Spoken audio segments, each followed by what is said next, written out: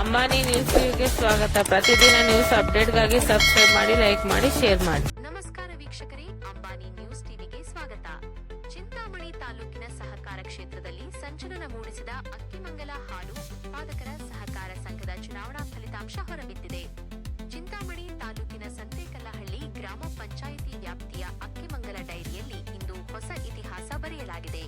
ಸಂಘದ ಅಧ್ಯಕ್ಷ ಮತ್ತು ಉಪಾಧ್ಯಕ್ಷ ಸ್ಥಾನಗಳಿಗೆ ನಡೆದ ಚುನಾವಣೆಯಲ್ಲಿ ಯಾವುದೇ ಪೈಪೋಟಿ ಇಲ್ಲದೆ ಅವಿರೋಧ ಆಯ್ಕೆ ನಡೆಯುವ ಮೂಲಕ ಒಮ್ಮತದ ಜಯ ಸಾಧಿಸಲಾಗಿದೆ.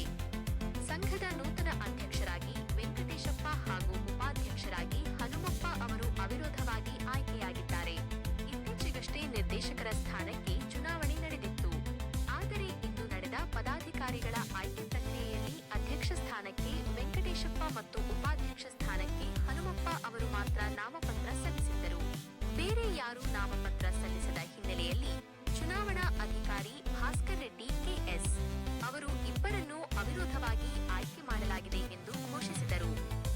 ಗೆಲುವಿನ ನಂತರ ಮಾಧ್ಯಮಗಳೊಂದಿಗೆ ಮಾತನಾಡಿದ ನೂತನ ಅಧ್ಯಕ್ಷ ವೆಂಕಟೇಶಪ್ಪ ಅವರು ಪಕ್ಷಾತೀತವಾಗಿ ಎಲ್ಲಾ ನಿರ್ದೇಶಕರನ್ನು ವಿಶ್ವಾಸಕ್ಕೆ ಪಡೆದು ಹಾಲು ಉತ್ಪಾದಕರ ಸಹಕಾರ ಸಂಘವನ್ನು ಮಾದರಿ ಸಂಘವನ್ನಾಗಿ ಇನ್ನಷ್ಟು ಅಭಿವೃದ್ಧಿಪಡಿಸುತ್ತೇನೆ ಎಂದು ವಿಶ್ವಾಸ ವ್ಯಕ್ತಪಡಿಸಿದರು.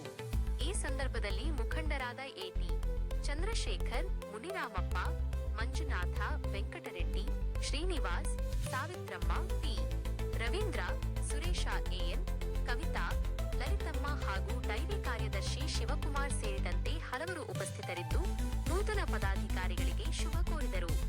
ಒಟ್ಟಿನಲ್ಲಿ ಅಕ್ಕಿಮಂಗಲ ಡೈರಿಯಲ್ಲಿ ಒಗ್ಗಟ್ಟಿನ ಮಂತ್ರ ಜಪಿಸಲಾಗಿದ್ದು ಮುಂದಿನ ದಿನಗಳಲ್ಲಿ ಡೈರಿ ಯಾವ ರೀತಿ ಅಭಿವೃದ್ಧಿ ಪಥದಲ್ಲಿ ಸಾಗಲಿದೆ ಎಂಬುದನ್ನು ಕಾದು ನೋಡಬೇಕಿದೆ.